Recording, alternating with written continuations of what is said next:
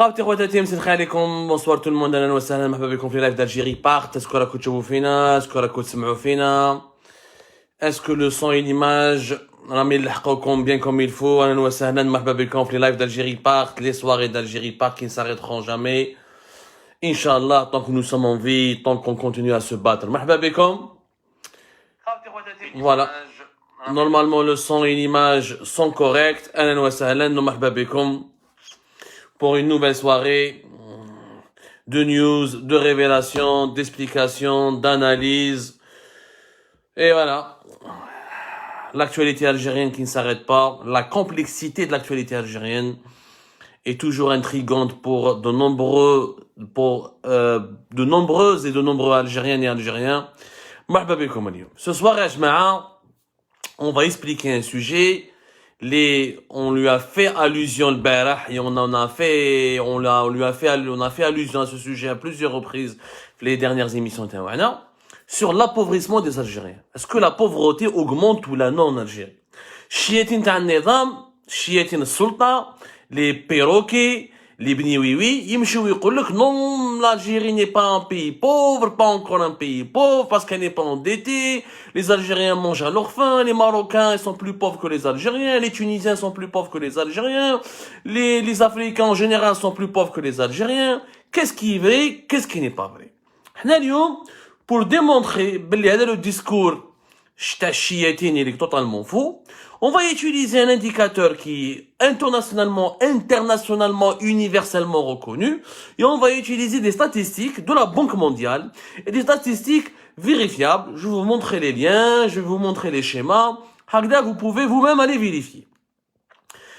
La belle qu'il y a deux indicateurs pour mesurer, deux principaux indicateurs. En fait, il y a plusieurs indicateurs, mais les deux principaux indicateurs fiables dans le monde, que les experts, que les économistes et les experts en sciences économiques, en sciences sociales, ou là, tout ce qui est finance, les deux indicateurs les plus fiables pour mesurer la richesse ou là, la pauvreté d'un pays, ça s'appelle le PIB ou le PIB par habitant. Le PIB ou le PIB, c'est le produit intérieur brut.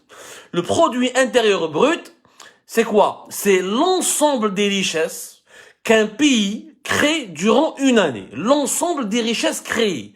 Ce sont les richesses créées par les habitants, par ce pays, par ses habitants et par les résidents de ce pays à l'étranger ou là par les résidents étrangers qui habitent ce pays.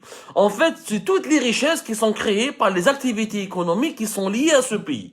Les sociétés, les entreprises étatiques, privées, les commerçants, les travailleurs, les secteurs du commerce, de l'industrie, tout ce qui concerne une activité économique, les exportations, les produits, y compris les activités économiques de ce pays qui sont rattachées à ce pays-là, mais qui sont opérés à l'étranger, genre des fonds d'investissement, genre des investissements directs étrangers de ce pays dans d'autres pays, genre les opérations de commerce international. Hadouga, dernier ce qu'on appelle le PIB, le produit intérieur brut, la richesse nationale annuellement créée. Le premier indicateur. Le deuxième indicateur, c'est le PIB par habitant. C'est-à-dire le PIB par habitant, c'est lorsqu'on prend le PIB d'un pays, on le divise selon le nombre des habitants de ce pays. Le PIB par habitant, il est encore plus spécifique que le PIB en général. Parce que là, il dit qu'en économie, les pays, logiquement, les pays les plus peuplés, c'est les pays où le PIB il est le plus puissant. Parce que la Chine, par exemple, fait 1 milliard et quelques. Il est normal que le PIB de la Chine soit plus fort ou la plus puissant que le PIB de la France, qui est un pays de 64 millions d'habitants. Il est normal qu'un pays comme l'Inde, plus d'1 milliard d'êtres humains, ait un PIB beaucoup plus fort, beaucoup plus puissant qu'un pays comme le Japon, qui est de 120 millions d'habitants. Donc, pour réellement cerner de manière rationnelle et de manière logique et de manière raisonnable la richesse et la pauvreté d'un pays et classer les pays selon leur pauvreté, selon le degré de leur richesse et le degré de leur pauvreté, on utilise le deuxième indicateur qui est beaucoup plus précis, qui est le PIB par habitant.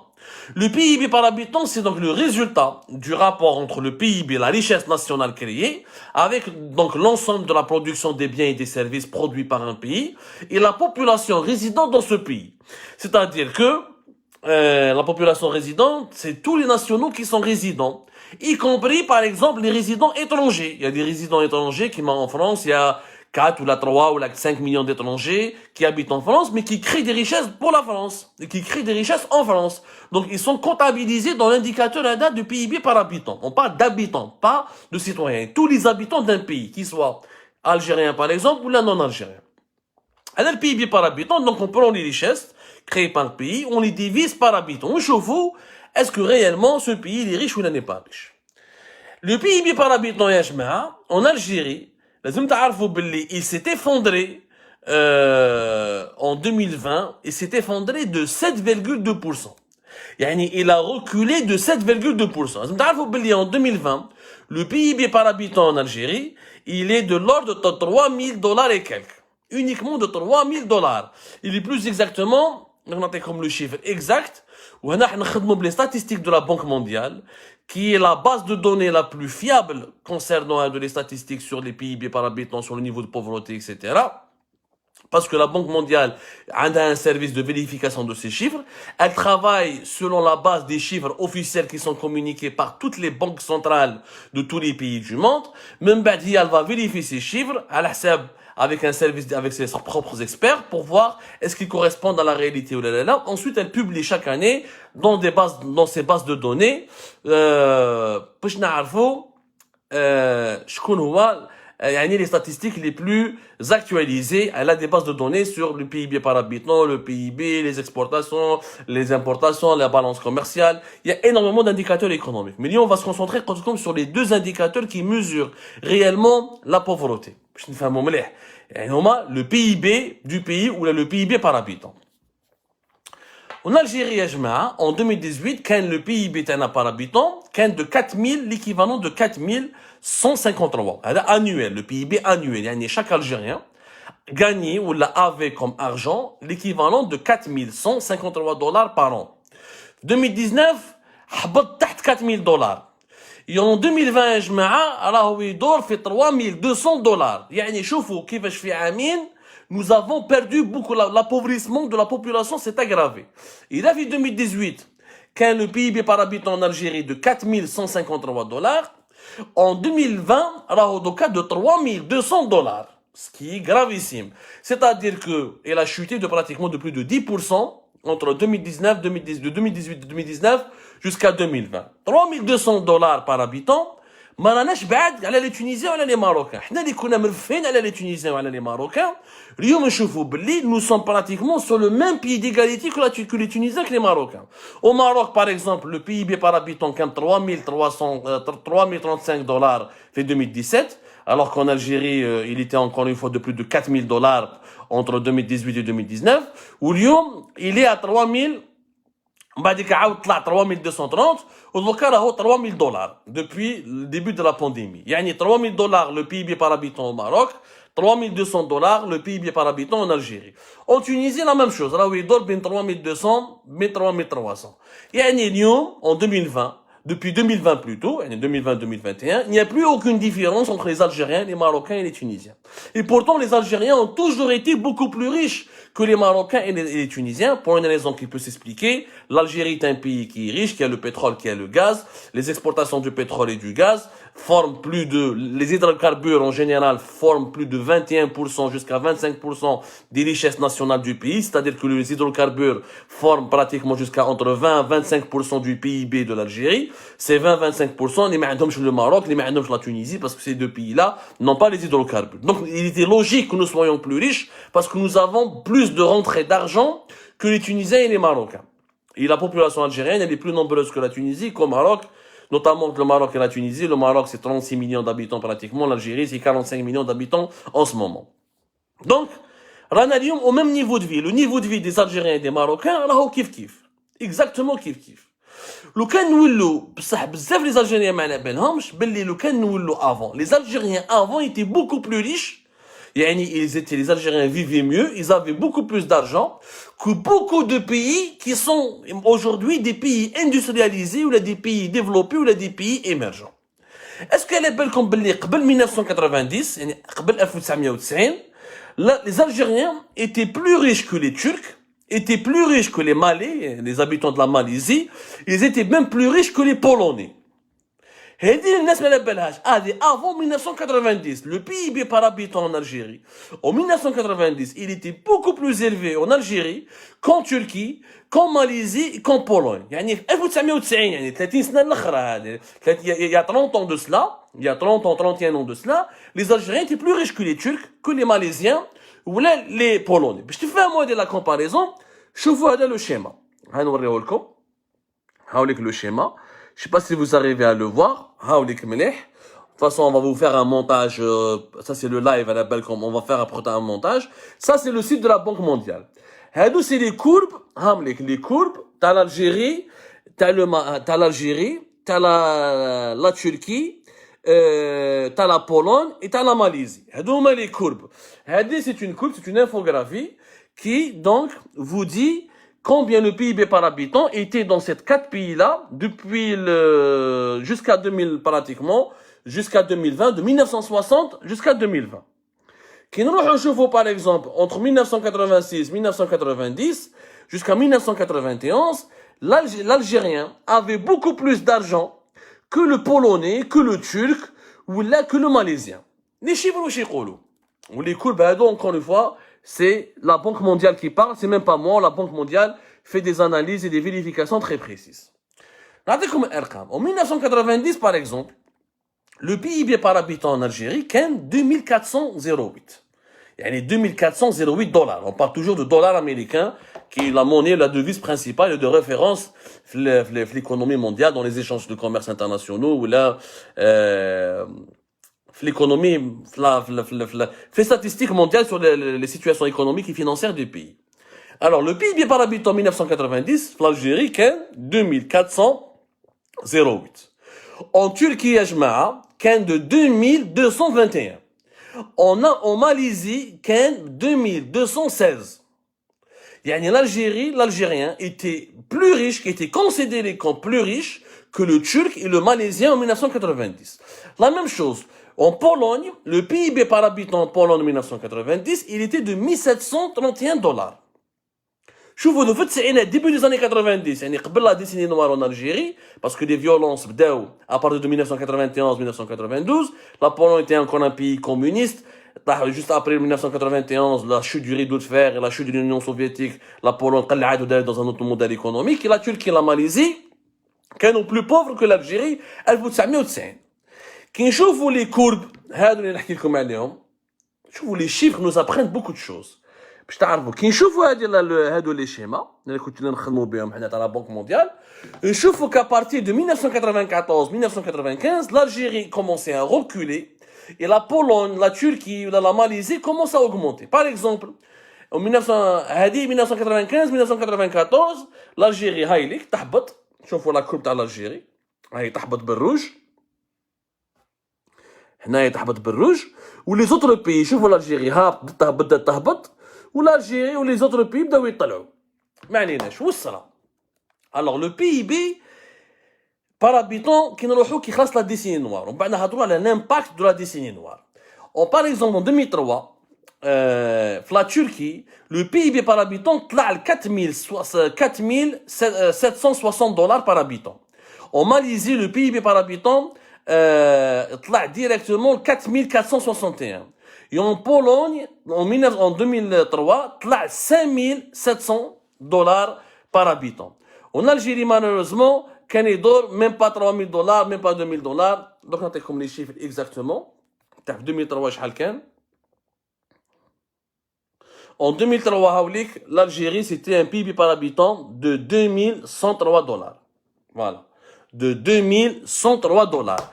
يعني en 1990, les Algériens qui étaient plus riches que les Turcs, les Malaisiens, les Polonais, ou là, en 2003, les Polonais, les Malaisiens et les Turcs sont devenus 2 fois plus riches que les Algériens. Alors que l'Algérien avait 2103 dollars par an, le Polonais 7700 dollars, le Turc 4760 dollars, le Malaisien 4461 dollars. وكي نشوفوا هذه المقارنه واش نفهموا لي ديغا دو لا ديسيني نوار يعني الجيري قبل ما تدخل في لا ديسيني نوار كنا صافا كنا لاباس بينا غير دخلنا في لا ديسيني نوار الفقر تقبل الجزائريين ولاو الدول الاخرى اللي كنا احنا مرفين عليهم ولاو مرفين علينا دو فوا. شوفوا les dégâts يا جماعة de la décennie noire. C'est-à-dire la guerre civile des années 90, le problème avec l'islamisme, le problème avec l'institution militaire, les violences civiles, Bantalha, Rai, etc. Ils ont fait retarder le pays de plus de 10 ans. On a perdu 10 ans. Dans les années 90, les pays comme la Turquie, comme la Malaisie, comme la Pologne, les pays qui sont devenus émergents, la Corée du Sud, le Portugal, l'Espagne, c'est durant cette décennie des années 90 où les pays se sont développés, sont devenus des puissances économiques. Et c'est pendant cette décennie-là où l'Algérie a reculé et elle s'est énormément appauvrie. Donc c'est pour ça qu'en 2003, on est 2 fois plus pauvres que les Polonais, les Turcs ou là, les Malaisiens. Par exemple, en 2010, le PIB par habitant en Algérie est à 4480 $. كنا فقراء في la fin des années 90 دخل البترول الغاز والبترول طلع. Je vous rappelle qu'à partir de 2007 2008 2009 jusqu'à pratiquement 2014 le choc jusqu'au moment du choc pétrolier en 2014 l'Algérie est devenue plus riche. Le baril de pétrole a dépassé les $100 ou le gaz كان طالع. L'Algérie avait des réserves de change de plus de presque 200 milliards de dollars entre 2012 et 2013. Donc c'est pour ça qu'en 2010 le PIB تاعنا طلع ب 4480 $. Mais malgré cela, malgré le pétrole et le gaz, c'est très important de comprendre ça. Malgré le pétrole et le gaz طلع كان عندنا 4480 $ par habitant. On était beaucoup plus riches que les Marocains et les Tunisiens. Mais en Turquie, le PIB par habitant طلع à 10 742 $. Et en Malaisie, le PIB par habitant en 2010 كان 9040 $. Ou en Pologne, طلع le PIB par habitant 12 613 $. وعلاش؟ Parce que هما ما عندهمش pétrole ou gaz, بس عندهم des industries, عندهم une économie, عندهم des exportations industrielles, عندهم une économie des services. La Turquie عندها l'industrie, عندها les usines de montage de voitures, عندها le tourisme, عندها une industrie de l'électroménager. La Malaisie elle a fait la même chose. L'Algérie ne s'est pas beaucoup enrichie parce qu'elle s'est contentée uniquement de vendre son pétrole et son gaz et sans le transformer. En fait, c'est quoi la richesse? لا باش تفهموها مليح. كي نشوفوا المقارنه هذه واش نفهموا c'est quoi la richesse? La richesse c'est ce qu'on crée, ce sont les biens et les services qu'on crée qu'on va ensuite vendre pour gagner de l'argent. C'est ça la richesse.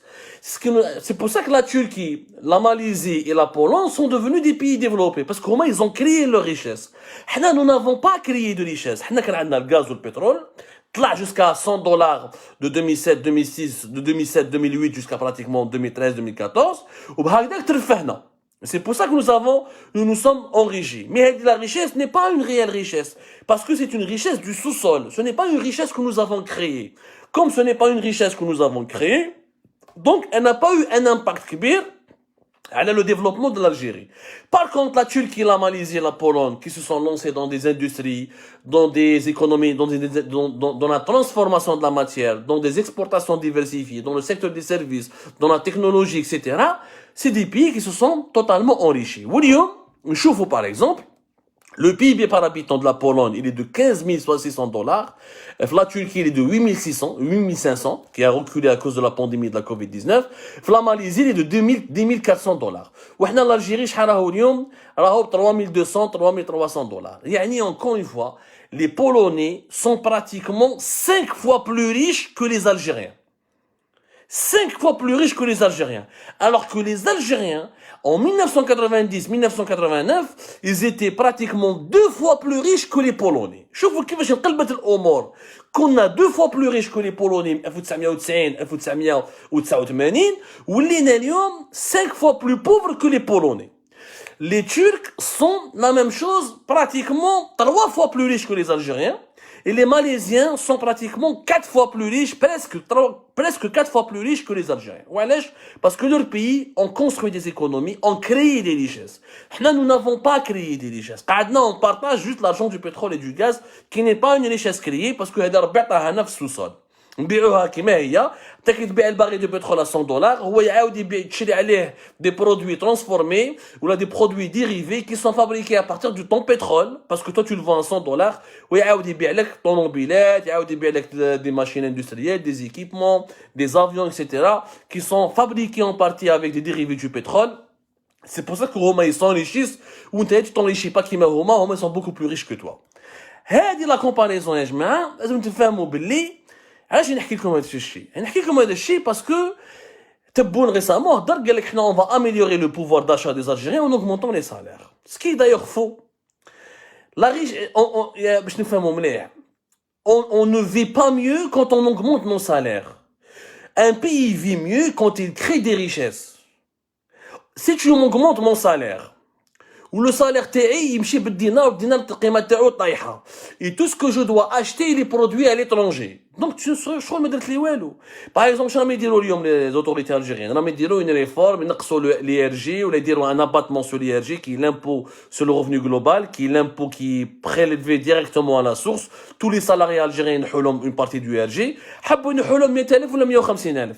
انت كي تنحي لي 100000 ولا 150000 تمدها لي والدينار طايح القيمه تاعو غير طيح دابور ما نحسلهاش هذاك 150000 وكي نروح نشري برا نشري خضره ولا نلقى ما كاش في بلادي لازم اني امبورتي دو ليترونجي ولا نشري ماشين ولا نشري الحليب كي امبورتي ولا الفارينه كي فابريكي ا بارتير ولا لو بان كي فابريكي ا بارتير du blé qui est importé et tout ce que les machines tout ce qui est électroménager tout ce qui tous les composants sont importés. Donc les augmentations de salaire ما عندك ما دير بهم خروطو. La preuve l'Algérie يا جماعه elle a augmenté beaucoup les salaires. لو كان نشوفوا les salaires زمان entre 2000 et 2019 comment ils ont augmenté تحيروا. L'Algérie par exemple de 2009 à 2011 elle a fait des augmentations de salaire phénoménales. Phénoménal. Les salaires des Algériens ont beaucoup augmenté. Les salaires des Algériens ont augmenté. Les chiffres, entre 2000 et 2011, en 11 ans, les salaires des Algériens ont augmenté pratiquement de 178%. Les salaires ont augmenté entre 2000 et 2011, c'est-à-dire les augmentations du salaire moyen, du salaire minimum, le salaire moyen en Algérie, surtout la fonction publique, surtout, les salariés dans les entreprises étatiques, les salariés dans les policiers, dans les gendarmes, l'État algérien a fait beaucoup d'augmentation. La période où il y a eu le plus d'augmentation dans les salaires en Algérie, c'est 2009 ou 2011. Il y a eu vraiment des augmentations phénoménales, surtout pour les salaires, les enseignants, les policiers, tout ce qui est fonction publique, entreprise étatique ou les services publics. Mais est-ce que les Algériens ont vécu mieux à l'époque? Non. Pourquoi? Parce que les augmentations de salaire, les Algériens, les DLBA crédit à l'ADN, les شرابيها crédit automobile, les شرابيها électroménager, les شرابيها يعني كي يصروحوا كما نقولوا احنا بالجزائريه.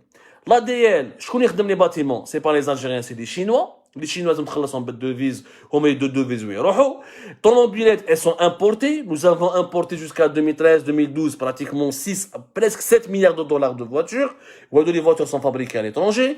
L'électroménager, on avait commencé avec Condor, mais Condor ou Géant, les marques locales ont commencé à prospérer à partir de 2014, et même avant, même quand ils ont prospéré à partir de 2014, la majorité des composants de ces produits assemblés en Algérie viennent de l'étranger. Du coup, on a gonflé nos factures d'importation.